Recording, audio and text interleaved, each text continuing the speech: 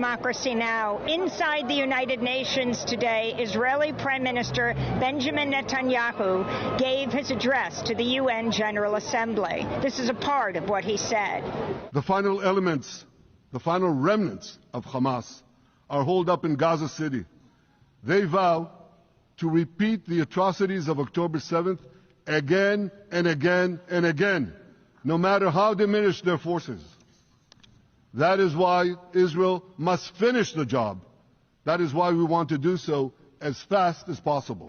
As Netanyahu spoke, scores of delegates walked out of the UN General Assembly.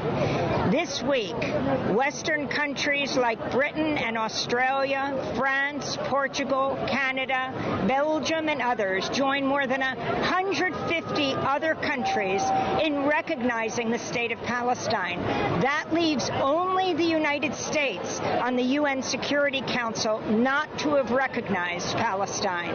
Outside the UN today, thousands protested Israeli Prime Minister Benjamin Netanyahu. Up with liberation! Down with occupation! I'm Nazisa. I'm with the Palestinian Youth Movement, and we're here to demand the arrest of Netanyahu, the wanted war criminal, and to demand an arms embargo on Israel for its genocide against Palestinians. Well, he's not going to come to the UN without meeting the resistance of this city. And we're seeing, that now we even have a mayoral candidate who's saying that if he's elected mayor, he won't allow Netanyahu to set foot in the city without arresting him. And so we're seeing the growing international isolation of Netanyahu, his bloc, and Israel, and that's what we're here to solidify. Symbolic rejection of Netanyahu isn't enough. Turning their backs on Netanyahu isn't enough. They need to take action as member states of the United Nations and impose real sanctions, an arms embargo, and a trade embargo on Israel.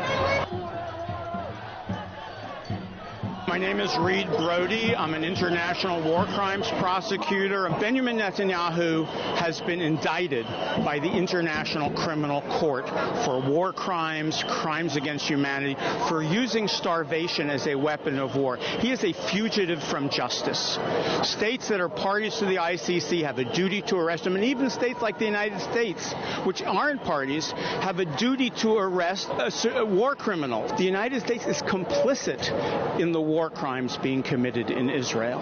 The bombs that are being used to destroy Palestinian homes and schools and houses are American bombs.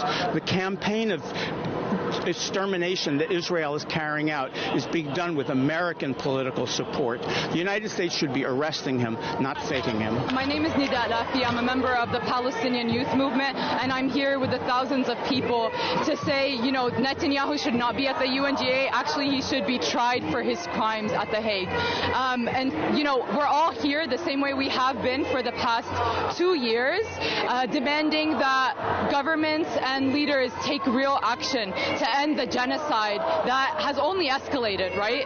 For it to have reached this level of atrocities and for him to still have a spot at the UNGA is absolutely egregious. And that's why I think now more than ever, people are more agitated, people are more angry. I mean, we see in Italy, millions of people have gone on strike, right? And here the streets are filled with thousands of people when Netanyahu's room, when he was speaking to the UNGA, was mostly empty.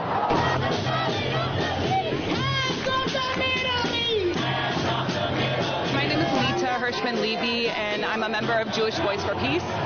I'm disgusted that our country would allow this war criminal here. There is no reason for him to be here. He should be locked up. He should not have any power as far as I'm concerned. He is a war criminal.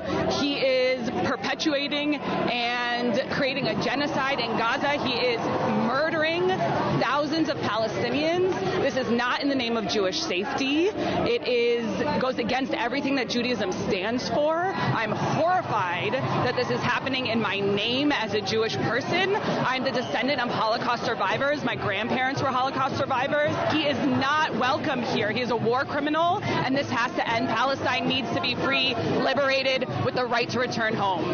I'm Margaret. I met up with the Democratic Socialists of America contingent this morning. I wanted to come and express my disgust that this war criminal is in our city, that a lot of these war criminals are in our city, and dare to show their faces in public after the crimes that we've seen against the Palestinian people all across the Middle East, and people all under the boot of imperialism all over the world. I don't have any time for these so-called great men. I only have a message for people, which is that we are all the same. We are all together in this, and these capitalists, these war criminals and war profiteers, they do not represent us. And Netanyahu, there was always going to be someone who was going to be the head of that state. We had to have someone like Trump, and isn't he the perfect manifestation of, American id as well? I don't care about them. It's about the world struggle. My name is Jane Hirschman, and my grandson, who's 4.5 months, is named Jack Clyburn Hirschman. And what I want to say is, my grandson can have formula. He can have good health care. He has a safe house to live in, not a tent. What is happening in Gaza? Netanyahu is killing babies, killing these kinds of wonderful babies who should have a life ahead of them, who should be able to go to school, see a doctor, have formula, have clothing, live in a warm house, have clean water. None of that exists for children this age in Gaza. And it is despicable what Netanyahu and his right-wing fascist crew are doing to the people in Palestine. I want my 6 grandchildren to grow up with Palestinian grandchildren right beside them, living in peace and justice and equality. That's what I want. That's what I'll fight for. Navigated, Ali Bauman has a look at the growing protests outside the facility. But we start with Tim McNicholas and the address from the Prime Minister this morning. Tim? Cindy, Netanyahu said he surrounded Gaza with loudspeakers today so that Israeli hostages and Hamas could listen to his speech as he called for Hamas to lay down their weapons and release the hostages. But some of the United Nations delegates here in New York may not have heard his words. Israeli Prime Minister Benjamin Netanyahu drew both applause and exits. Place order in the hall. As dozens of delegates walked out of the United Nations General Assembly Hall after he took the podium nearly 2 years after the October 7th attacks. Netanyahu praised President Trump for bombing Iranian nuclear sites, then addressed the world leaders who have criticized Israel. For much of the past 2 years, Israel has had to fight a 7-front war against barbarism, with many of your nations opposing us. Astoundingly, as we fight the terrorists who murdered many of your citizens, you are fighting us.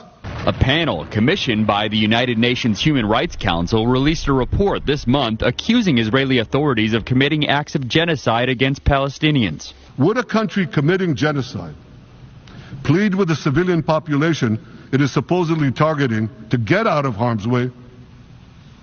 Would we tell them, get out, if we want to commit genocide? We're trying to get them out.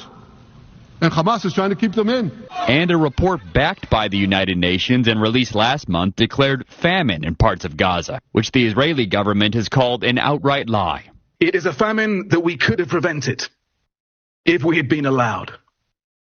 Yet food stacks up at borders because of systematic obstruction by Israel. If there are Gazans who don't have enough food, it's because Hamas is stealing it. He also made it clear he is not in favor of a 2-state solution and likened it to the U.S. giving al-Qaeda a state after 9/11, Cindy. You may have noticed he had a QR code on his lapel that leads to a website about the October 7th attacks. Okay, Tim, thank you very much. Now, Netanyahu's appearance has drawn protesters outside the UN, and that's where Ali Bauman is live after speaking to demonstrators on different sides of the issue. Ali. Well, Cindy, the crowd of protesters are stopped here just outside of the UN. They walked over just within the past half hour, temporarily shutting down the street. And as you can see behind me, there is a very large NYPD Secret Service law enforcement presence here, keeping the scene under control. Now, earlier, the thousands of pro-Palestinian protesters gathered in Times Square this morning, marching through Midtown, calling Prime Minister Netanyahu a war criminal as he addressed the UN. We spoke to one Palestinian American out here who says her family in the West Bank has no food to put on the table. At the same time, families of some of the Israeli hostages gathered here, calling for their relatives released by Hamas. We spoke to one former hostage who was held in captivity for 55 days. Her partner still there. I'm going to continue to push also my government to end this war, to bring all the hostages.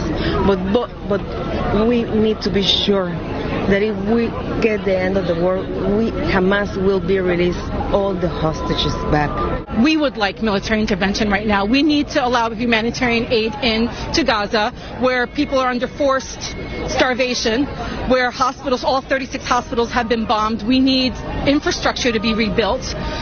And this cannot be done unless there's military intervention.